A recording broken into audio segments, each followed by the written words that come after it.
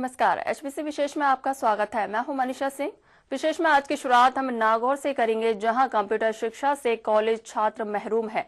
वहीं फीस के नाम पर लाखों रुपए की वसूली की जा रही है, लेकिन छात्रों को इसका लाभ नहीं मिल रहा है। तो वहीं स्कूलों में भी बदहाली का आलम है।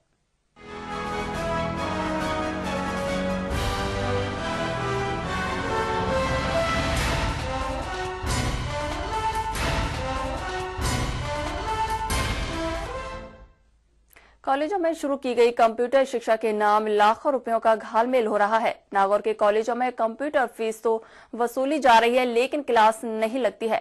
क्या है पूरा मामला, आइए देखते हैं। नागौर के जिला मुख्यालय पर स्थित BR मिर्जा कॉलेज और महिला महाविद्यालय में विद्यार्थियों से कंप्यूटर शिक्षा के नाम पर पिछले 4 वर्षों से लाखों रुपए वसूले जा चुके हैं, लेकिन कंप्यूटर शिक्षण के लिए एक भी क्लास नहीं लगी है। हालात ये है कि कंप्यूटर लैब पर पिछले काफी अरसे से ताला जड़ा हुआ है। महिला कॉलेज में भी छात्राओं से 450 रुपए लिए जा रहे हैं, लेकिन उन्हें कंप्यूटर शिक्षा नहीं दी जा रही। इसी के चलते विद्यार्थी अपने आप को ठगा सा महसूस कर रहे हैं। फीस वसूली जा रही है, जबकि शिक्षा कुछ कंप्यूटर की या व्यवस्था ही नहीं है। तो फिर कोई लड़के काफी आक्रोशित है। लड़के ये चाह रहे हैं कि ये जल्दी से जल्दी वापस कंप्यूटर शिक्षा शुरू की जाए, ताकि आने वाले समय में कंप्यूटर का उपयोग सबसे ज्यादा हो रहा है। तो लड़के ये चाहते हैं कि हमें इसी साल आश्वस्त कर दिया जाए कि अगले साल से कंप्यूटर की व्यवस्था कर दी जाएगी। कितने सालों से यहाँ कंप्यूटर शिक्षा नहीं दी जा रही? 4 सालों से फीस तो वसूली जा रही, लेकिन कंप्यूटर शिक्षा के नाम पर बस सिर्फ लोग लगा रखा, बाकी कुछ नहीं कर रहे। कंप्यूटर शिक्षा के लिए फीस भर रहे हैं, लेकिन हमें कंप्यूटर का कोई फायदा नहीं मिल रहा। हमारी फीस वसूल करी जा रही है, लेकिन हमारी फीस का फायदा नहीं दे पा रहे हैं। हम कंप्यूटर पर कुछ भी नहीं सीख नहीं पाते। 4 साल से कंप्यूटर पर ताला लगा हुआ है और हमें कुछ भी नहीं पढ़ाया जाता है। हमारी फीस वैसे ही वसूली जाती है, जिससे हमारे सबको आर्थिक हानि उठानी पड़ती है और ना तो हमें कुछ सिखाया जाता है और ना पढ़ाई करवाते हैं। कॉलेज में कोई व्यवस्था नहीं है कंप्यूटर की, जिससे हम कोई टीचर नहीं है ना तो, और ना क्लास पे कोई आता है पढ़ाने के लिए, और कंप्यूटर पे रूम में हमेशा ताला लगा हुआ मिलता है हमें।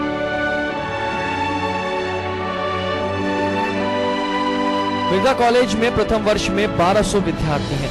पिछले 4 सालों से विद्यार्थियों से कंप्यूटर फीस तो ली जा रही है, लेकिन उन्हें शिक्षण नहीं दिया जा रहा। छात्रों का कहना है कि या तो उन्हें कंप्यूटर शिक्षा नियमित रूप से शुरू कराई जाए, या विश्वविद्यालय को छात्रों की फीस वापस कर देनी चाहिए। जानकारी के मुताबिक छात्रों को कंप्यूटर शिक्षा देने के लिए राजस्थान स्तर पर एक कंपनी के साथ अनुबंध किया गया था। कंपनी ने यहाँ लैब तो लगा दिया, लेकिन ऑपरेटर अभी तक नहीं लगाए हैं। इससे विद्यार्थियों को कंप्यूटर का शिक्षण नहीं मिल पा रहा है। सरकार ठेके पे जो पद्धति चला रही है, ठेके में सरकार कितने दिन चला पाएगी? ठेका कितने दिनों का होता है? सरकार को किसी न किसी रूप से इस तरह भर्ती करनी चाहिए जिससे भी किसी भी स्टूडेंट के साथ किसी प्रकार के भविष्य खिलवाड़ ना हो। ठेका एक ऐसी पद्धति नहीं है जिसका फ्यूचर बन सकता है। ठेका जिन दिनों के लिए जारी कर दिया जाता है, फाइलों में ठेका चलाया जाता है, लेकिन मात्र एक ठेका ही रह जाता है। लेकिन हम ये चाहते हैं कि जो कंप्यूटर ऑपरेटर्स हैं उनकी परमानेंट भर्ती करके शिक्षा को उच्चतर के रूप में लागू कर देना चाहिए।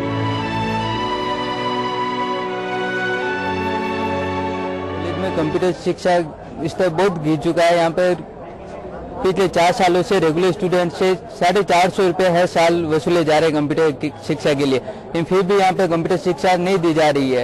यहाँ पे कंप्यूटर रूम का ताला ही लगा रहता है, कभी भी ताला खुलता भी नहीं है। इसके बारे में हमने बहुत सारे ज्ञापन वगैरह भी दिए, लेकिन उसका भी कोई प्रभाव नहीं हो रहा है।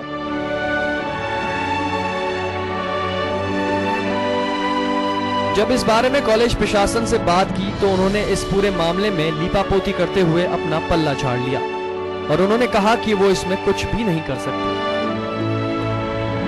1200 विद्यार्थी हैं और उनकी फीस नियमित आवेदन के साथ उनकी हम महाविद्यालय में फीस लेते हैं और वो राजकीय मद में जमा हो जाती है। प्रपत्र में जो हमारी रसीद के उससे बनी हुई है और उसके जो राशि आती है वो राजकीय मद में चली जाती है।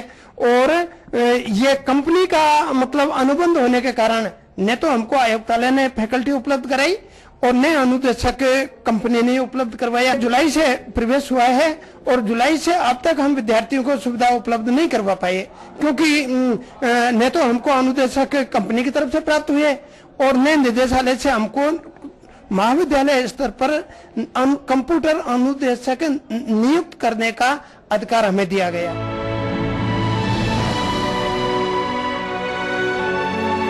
आज जहां पूरी दुनिया कंप्यूटर के एक क्लिक से संचालित की जा रही है, वहीं नागौर जिले के कॉलेज स्टूडेंट्स इस पढ़ाई से महरूम हैं। जरूरत इस बात की है कि अगर अनुबंधित कंपनी कंप्यूटर शिक्षण में असफल रही है तो उसे तुरंत प्रभाव से ब्लैक लिस्ट करके किसी दूसरी कंपनी के साथ अनुबंध कर लेना चाहिए। HPC न्यूज के लिए नागौर से यूनुस गैसावत की रिपोर्ट।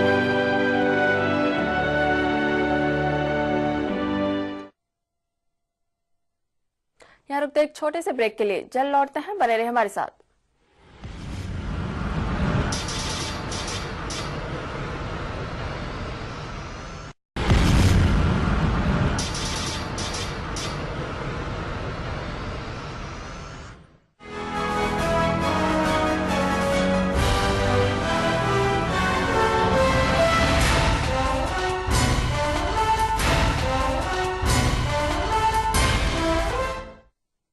प्रशासनिक लापरवाही के चलते प्रदेश के स्कूलों में बदहाली का आलम है, जहां सुविधाओं के अभाव में नौनिहाल पढ़ने को मजबूर है।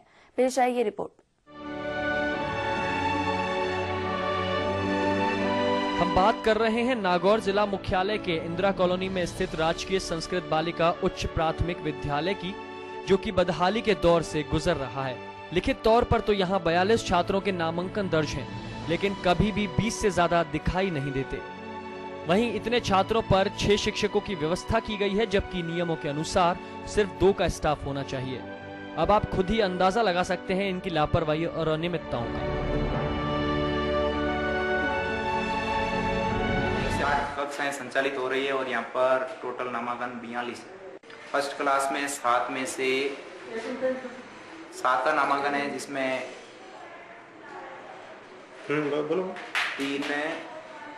3 उपस्थित है, 4 अनुपस्थित है। अच्छा। सेकंड क्लास में 3 का नामांकन है, जिसमें 2 उपस्थित है, 1 अनुपस्थित है। थर्ड क्लास में 7 का नामांकन है, जिसमें 4 अनुपस्थित है, उपस्थित है 3 अनुपस्थित है। और चौथी क्लास में 4 का नामांकन है, जिसमें 2 उपस्थित 2 अनुपस्थित है। स्टाफ कितना है यहाँ पे? यहाँ पर स्टाफ वर्तमान में 4 का है। नामांकन कम रहने की क्या वजह, आप क्यों नहीं प्रयास किए जाते हैं? शहर में अधिकतर प्राइवेट स्कूल होने के कारण यहाँ पर नामांकन कम, और जो भी पढ़ाने भेजते हैं वो अधिकतर प्राइवेट में भेजते हैं, इसी कारण।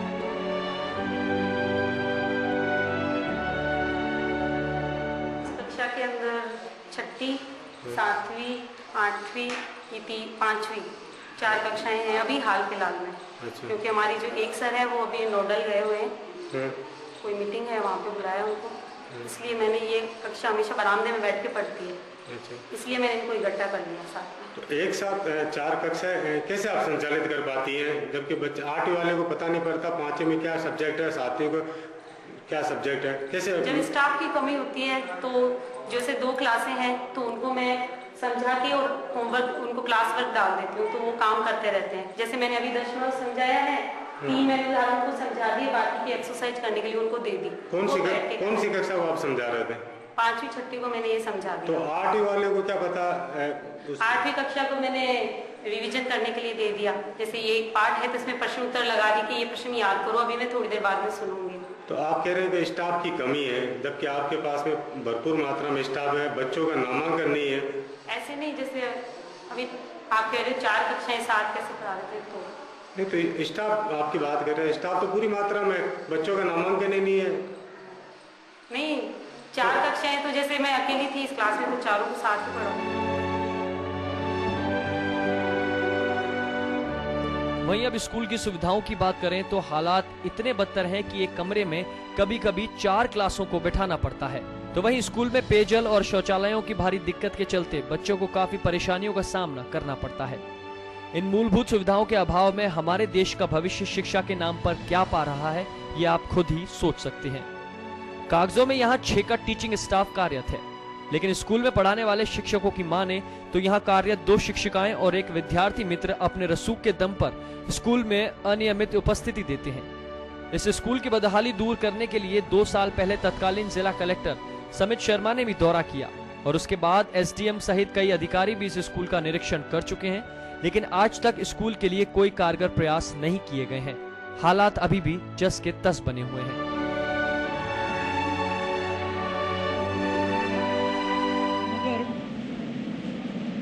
पांचवी क्लास में एक भी बच्चा नहीं था, जबकि 5 टीचर थे वहाँ पर। उनमें 2 टीचर जो उपस्थित थे उनके ना तो अटेंडेंस रजिस्टर में नाम थे, ना उनके कहीं कालांश बटे हुए थे। अब वो किस प्रकार से काम कर रहे हैं, किस हैसियत से वहाँ बैठे हैं। प्रधान जो संस्था प्रधान थे उन्होंने अपने आप को बता दिया कि साहब मैंने तो चार्ज ही नहीं लिया, इसलिए मुझे इसकी जानकारी नहीं है, और जानकारी के लिए डीओ से लिखा जाएगा। प्रदेश सरकार ने शिक्षा को लेकर तमाम योजनाएं चला रखी हों, लेकिन ऐसी बदहाल व्यवस्थाओं को देखकर लगता है कि ये सभी योजनाएं सिर्फ कागजों में ही दम तोड़ रही हैं। प्रशासनिक उदासीनता के चलते बच्चे उचित शिक्षा से वंचित रह जाते हैं। ये हमारी शिक्षा प्रणाली पर भी सवालिया निशान खड़े करता है, क्योंकि एक तरफ सरकार नौनिहालों को सभी सुविधाएं मुहैया कराने का दम भरती है, लेकिन दूसरी तरफ इन सभी योजनाओं की हवा निकलती भी साफ देखी जा सकती है। यहाँ जरूरत है योजनाओं की उचित मॉनिटरिंग की, ताकि बच्चों को सभी मूलभूत सुविधाओं के साथ शिक्षा मिल पाए। HBC न्यूज के लिए नागौर से यूनुस गैसावत की रिपोर्ट।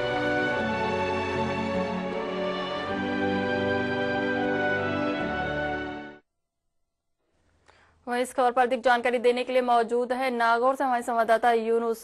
जी यूनुस, यहाँ राज्य सरकार की ओर से जो कॉलेजों में कंप्यूटर शिक्षा नियमित की गई है, वहीं करोड़ों का घालमेल नजर आ रहा है, क्या है पूरा मामला?